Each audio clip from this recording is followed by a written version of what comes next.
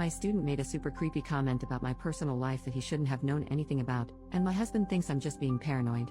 I, 30F, am a high school English teacher and have been for a few years. In that time, as a woman, I've been used to teenage boys behaving awkwardly around me sometimes, and pheromones are part of the deal. There have been occasional comments, but generally in the vein of Miss, so-and-so has a crush on you, or Miss, would you be so-and-so's Valentine? It's all in good humor, in front of the whole class or a large group, and is well-meaning. My school throws a January ball for seniors, 16 to 18 years old, which is basically an opportunity to celebrate the start of another calendar year. As it's after hours, not every teacher has to attend, and this year I was asked to chaperone. There is no alcohol permitted, but obviously some of them sneak in stuff and so on. During this month's ball, 2 students were huddled at a table in the corner of the hall, not dancing, just keeping to themselves.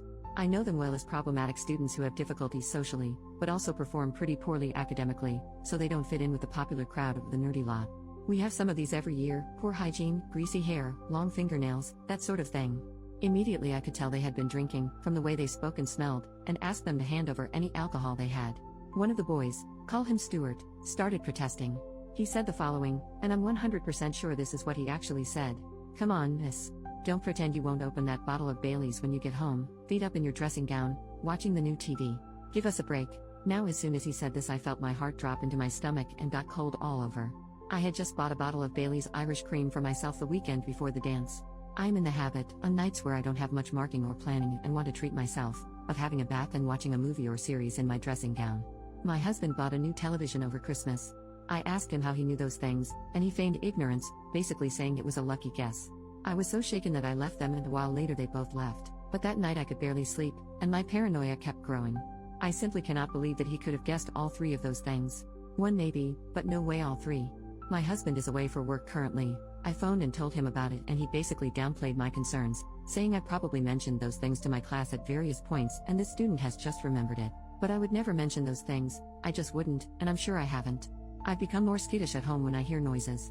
I only live in a small house, but when I arrive home from buying groceries I check every single room and cupboard before I lock the doors. I've also arranged to have the locks changed. When cars stop outside the house I turn all the lights off and peek at them through the blinds. I'm having trouble sleeping. In class, this student is quiet and the same as ever, not completing homework assignments, distracted in class. My husband is growing increasingly exasperated and worried more for my mental health and the possibility this student could somehow know details of my personal life. I mentioned it to my supervisor as well, and she also basically reasoned that I had either misheard what he said, it was a coincidence, or a combination of the two. What's the play here? I'm seriously freaked out and don't know how to even begin putting this to rest. Update, in the same post, I wasn't expecting this post to receive so much attention. I'm really grateful to so many people who validated my concerns and helped me develop a plan of action. I got home a little while ago and am going out shortly with a friend to try rule out Bluetooth and Wi-Fi devices with my neighbors.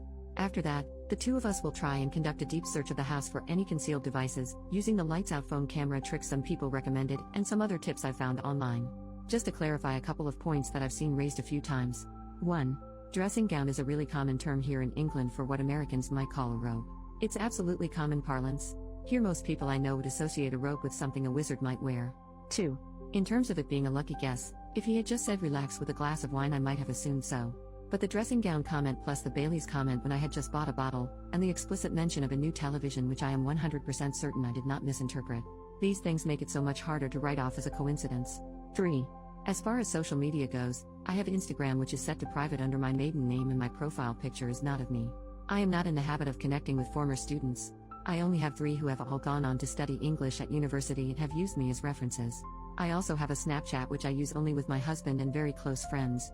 I have posted nothing about my new television, and I also don't think I've mentioned this to colleagues, let alone to students. Certainly I said nothing about the Baileys I just bought. Why would I? Second update, a few days later. I wasn't going to post an update here, but the number of worried people who have reached out to me made me reconsider.